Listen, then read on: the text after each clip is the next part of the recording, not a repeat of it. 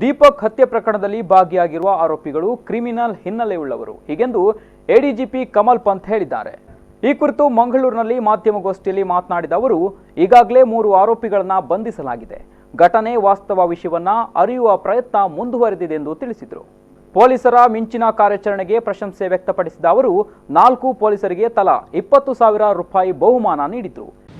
This was a real good work by the police officers, and it was a very good presence of mind by the Home Guard and very prompt response by the police officers of Mangalore City Police. Their good work has been appreciated by DG and IGP.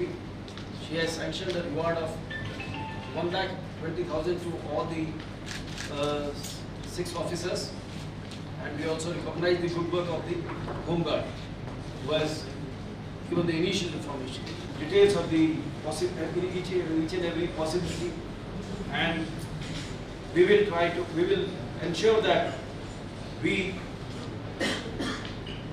pinpoint and we find out the actual motive and the actual people behind this whole thing, and our investigation is going on in full earnestness.